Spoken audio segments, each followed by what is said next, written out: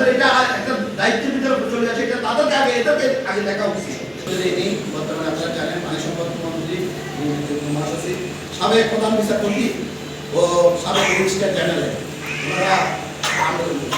ওনারা direct phone করে আমাকে বলছেন যে আপনাদের যারা আছেন, আমরা যতদিন বন্ধু আছি আপনাদের জন্য বিচারের দরজা খোলা আছে, অবশ্যই আপনারা বিচার করবেন। মাননীয় আইনমন্ত্রী আসাদুজ্জামান সাহেব যখন উনি অ্যাটর্নি জেনারেল ছিলেন, উনি তখন এই এক গ্রুপের আসামি হাইকোর্ট থেকে জামিন নেন, উনি চেম্বার জজের জামিনটা বাতিল করে বর্তমানে তার বিরুদ্ধে গ্রেফতারি করা হয়েছে, তাকে আমরা ধন্যবাদ জানাই। মাননীয় সালাউদ্দিন সাহেব বর্তমান স্বরাষ্ট্রমন্ত্রী, ওনার কাছে যখন আমি গুলশান অফিসে মিটিং করি গ্রুপের বিষয় নিয়ে, উনি ডাইরেক্ট তখন স্বরাষ্ট্র উপদেষ্টা জাহাঙ্গীর সাহেবের এখানে কথা বলছিল, আমি সচিবালয়ে গেছি, ওনাকে আমরা ধন্যবাদ জানাই। উনি যদি সেই আন্তরিকতা এখন যদি দেখায়, আমার মনে হয় যে প্রশাসনে আরো ভালো কিছু আমরা আশা করবো। এবিএম মোশাররফ সাহেব পটুয়াখালী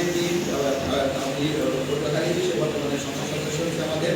ইঞ্জিনিয়ার জাকির সাহেব চট্টগ্রাম সদরে, এবং সে একজন অনেক আন্তরিক লোক ছিল। ঢাকা 10 শেখ রবিউল আলম বর্তমানে সে মন্ত্রী হয়েছে, এবং সেও যথেষ্ট আমাদেরকে বিভিন্ন সময় সহযোগিতা করছিল। আপনারা জানেন শিমুল বিশ্বাস ভাই চেয়ারপারসনের উপদেষ্টা ছিল, উনি ওনার কাছে উনি আমাদের কখনো ফিরে নাই। ঢাকা 10 আসনে বিএনপি প্রার্থী ছিল রেজিস্ট্রার নাসিরউদ্দিন অসিফ ভাইকে আমরা ধন্যবাদ জানাই। উনি বিভিন্ন সময় করেছিল, আমাদেরকে সহযোগিতা করতে।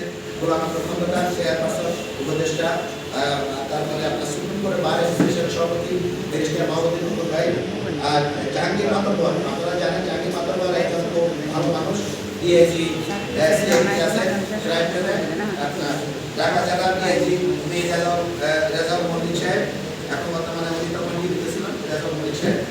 ঢাকা জেলার এসপি মিজানুর রহমান সাহেব, বর্তমানে ঢাকা জেলার পুলিশ সুপার, আর রমনান সাহেবকে আমরা ধন্যবাদ জানাচ্ছি।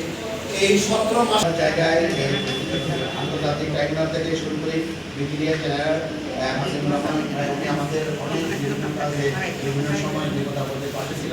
আজকে ওনাকে আসার জন্য উনিও একজন নিজ ব্যক্তি, ওনাকে আমরা ধন্যবাদ জানাচ্ছি। আজকে আমরা সালাউদ্দিন সাহেবের কাছে আমাদের একটাই দাবি, উনি এখানে আসছে, ওনাকে অনেক ধন্যবাদ। আমাদের এই ভিকটিমের বিষয়গুলো নিয়ে যেন উনি একটা জোরালোভাবে ভূমিকা রাখেন, এবং প্রতিটা ভিকটিমের ব্যাপারে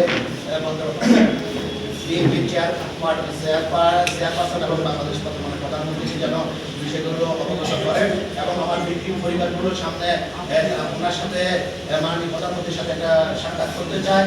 তারা তাদের এই আবেগ অনুভূতি এবং বিচারের জায়গাগুলো কথা বলতে চায়, সেই বিষয়ে যেন উনি সুযোগ করে দেন। এই আজকে আমাদের এই বিষয়গুলো আমাদের